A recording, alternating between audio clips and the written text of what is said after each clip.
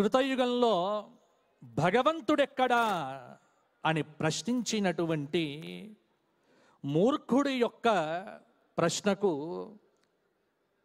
పరమభక్తాగ్రగణ్యుడైనటువంటి ప్రహ్లాద కుమారుడు ఇందుగలడందు లేడని సందేహము వలదు చక్రి సర్వోపగతుండు ఎందెందు వెతికి చూచిన అందందే గలడు దానవాగ్రని వింటే. ఎప్పుడు కూడా గుర్తుపెట్టుకోండి, భగవంతుడు ఎక్కడా ఎలా ఉన్నాడు అనే ప్రశ్నే మనకు రావద్దు. భగవంతుడెక్కడా అని ప్రశ్నిస్తే నీవు రాక్షసుడివి. ఉన్నదే మనం భగవత్ యొక్క విభూతిలో ఉన్నాం.